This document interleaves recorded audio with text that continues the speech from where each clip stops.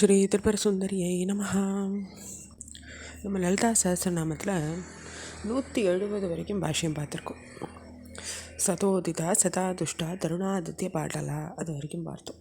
இப்போ நீ தொடர்க்கத்தை பார்க்கலாம்.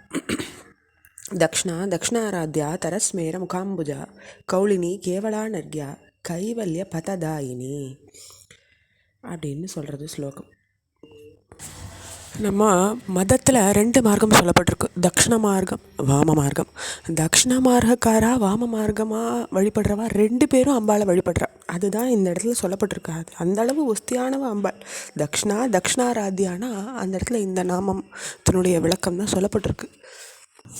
தரஸ்மேர முகாம்புஜா, அவளுடைய முகத்தில் இருக்க சிரிப்பு எல்லாரையும் மகிழ்விக்கிறது. அவளை பார்க்கக்கூடியவா, அவளை நினைக்கக்கூடியவா, அவளை தரிசிக்கக்கூடியவாளுக்கெல்லாம் மகிழ்ச்சியை தரக்கூடியதாக இருக்குது அவளுடைய முகாம்புஜம், அதனுடைய முகத்தினுடைய பொலிவு சிரிப்பு. கௌளினி கேவலா நர்க்யா, அதாவது கௌளினா காளியை வழிபாடு செய்யக்கூடியவாளுக்கு அவள் தான் பிரதானியமாக இருக்கா. அதனால் அவள் அந்த வழிபாட்டுக்கு ரொம்ப முக்கியமானவளாக இருக்கா.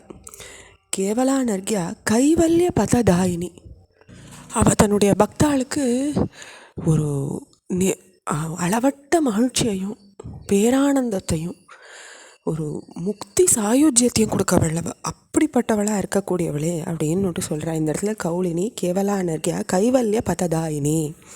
அடுத்த ஸ்லோகம் சொல்கிறது, ஸ்தோத்திரப்பிரியா ஸ்துதிமதி ஸ்ருதி சம்ஸ்துத வைபவா மனஸ்வினி மானவதி மகச்சி மகேச்சி மங்களாக்கிருதி ஹி அப்படின்னு சொல்கிறது. ஸ்துதிப்பிரியான்னாக்கா அம்பாள் தன்னை ஸ்துதிக்கிறவாளை விரும்புகிறவ, ஸ்துதிகளை விரும்புகிறவ. அடுத்த வார்த்தை சொல்கிறது ஸ்துதி மதி, அதாவது ஒருத்தரை நம்ம புகழறோன்னா அந்த புகழுக்கவா உரியவளான்னு பார்க்கணும். அப்படி அந்த புகழை விட உச்சியாக இருக்கக்கூடியவ தேவி. அதனால் அவள் ஸ்துதி மதி, அவள் புகழறதுக்கும் உரியவளாக இருக்கா, அந்த புகழப்பட்ட வார்த்தைகளையும் மீறின சக்தியாக இருக்கா. அதனால் அவளை புகழலாம் அந்த அளவு. ஸ்ருதி சம்ஸ்துத வைபவா, ஸ்ருதி சம்ஸ்துத வைபவான்னாக்கா வேதத்தை அவள் முழுசாக இதை தேவியைத்தான் புகழறது அப்படின்ற நாமம் வருது. அதாவது ஸ்ருதி ஸ்மிருதின்னு சொல்கிறோம். இப்படி எதை பார்த்தாலும் தேவியனுடைய பிரதாபங்கள் தான் இருக்குது. மனஸ்வினின்னாக்கா அவளே அனைத்தையும் வச்சுருக்கா. அவள் எந்த விஷயத்துக்காகவும் எதுக்காகவும் மற்றவாக்கிட்ட போக வேண்டாம், அவளே பூ உலகங்களையும் வச்சுருக்கா, 7 14 லோகங்களையும் வச்சுருக்கா. அதனால் அவள் மனஸ்வினி. மானவதி, அதாவது அவளுடைய பிரதாபம் ரொம்ப வசதியான எண்ணங்கள், வசதியான வைபவங்களை உடையவ. அதனால் மானவதி. மகேஸ்வரியாக இருக்கக்கூடியவ, எல்லாருக்கும் அரசியாக இருக்கக்கூடியவ. மங்களாக்கிருதிஹி, அதாவது பரிசுத்தத்தின் வடிவமாக இருக்கக்கூடியவ, மங்களமாக இருக்கக்கூடியவ, அப்பழுக்கு இல்லாதவ. அதனால் அவருக்கு அந்த நாமம். விஸ்வமாதா ஜெகத்தாத்ரி விசாலாட்சி விராகினி பிரஹல்பா பரமோதாரா பராமோதா மனோமயே. விஸ்வமாதா, இந்த உலகத்துக்கே இந்த விஸ்வத்துக்கே மாதாவாக இருக்கக்கூடியவளே.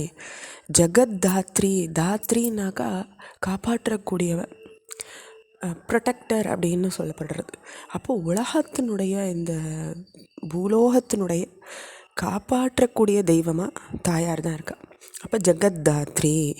விசாலாட்சி, விசாலமான கண்களை உடையவ விசாலாட்சி. காசியில் விசாலாட்சியாக போற்றப்படக்கூடியவளேன்றதும் இந்த இடத்துல இன்னொரு அர்த்தம் வரும். ஆனால் விசாலாட்சின்ற நாமத்துக்கு விசாலமான கண்களை உடையவளே அப்படின்றது தான் கரெக்டான ஒரு அர்த்தமாக இருக்க முடியும். விராகினின்னாக்கா சுவாமி தேவியானவ எதிலையும் பற்று இல்லாதவ. அதாவது இதை மட்டும் செஞ்சு தான் ஆகணும்ப்பா, இது தவிர மீதியெல்லாம் பற்று இல்லைன்ற மாதிரி இல்லை. அவள் எதிலையுமே பற்று இல்லாதவ, எதையும் செஞ்சு தான் ஆகணுன்ற ஒரு அவசியம் இல்லாதவ. அதனால் அவள் விராகினி. பிரஹல்பா பரமோதாரா பரமோதா மனோமயி. பிரஹல்பான்னா அவருடைய தைரியத்துக்கு நிகர் எதுவுமே கிடையாது. பரமோதாரானா அவளுடைய அள்ளி கொடுக்குற அந்த வள்ளல் தன்மைக்கு நிகரும் எதுவுமே கிடையாது. அவளுக்கு நிகழ் அவர் தான்.